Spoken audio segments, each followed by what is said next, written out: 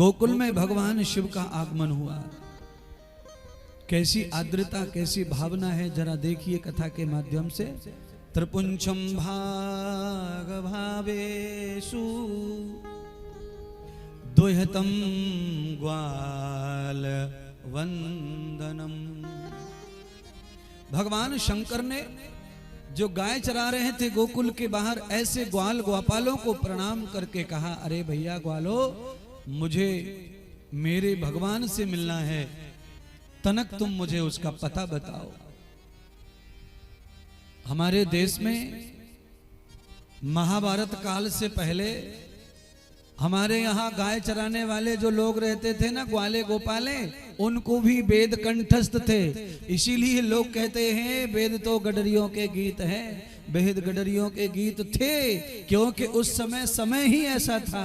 सारे के सारे जंगलों में रहते थे गाय चराने वाले, घर नहीं लौटते थे चातुर्मास में, तो वहां ऋषि मुनियों के पास रह करके वेद और शास्त्रों को सबको कंठस्थ कर लेते थे और वो ग्वाला गीतों में वेदों के गान किया करते थे।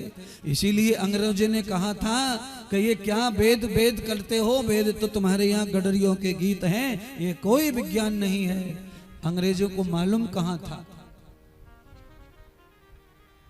अंग्रेज जानते क्या है गडरियों के बारे में।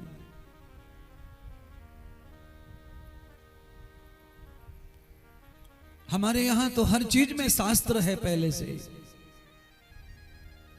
कल्पना करो, आप में से कुछ लोग यहां ऐसे होंगे जिनको ये पता होगा कि हमारे यहाँ पहले शादी ब्याह होती, बारात आती थी, तो हमारे यहाँ लड़की वालों की जो महिलाएं होती थी, दूल्हे वालों को गालियां सुनाती छत पे बैठ के। नीचे दूल्हे वाले बारात दावत कर रही है, बारात आई है, दावत जम रही है, और ऊपर महिलाएं गीत गा रही हैं और गीतों में गालियां दे रही हैं। तो अब कल्पना करो, जहां गालियां भी शास्त्र बन करके गाई जाती हों, उस देश को, उस संस्कृति को कोई भी कैसे भी मिटा सकता नहीं है। केवल हमारी संस्कृति ऐसी है जिसमें अनेक प्रकार हैं उसे जिंदा रखने के।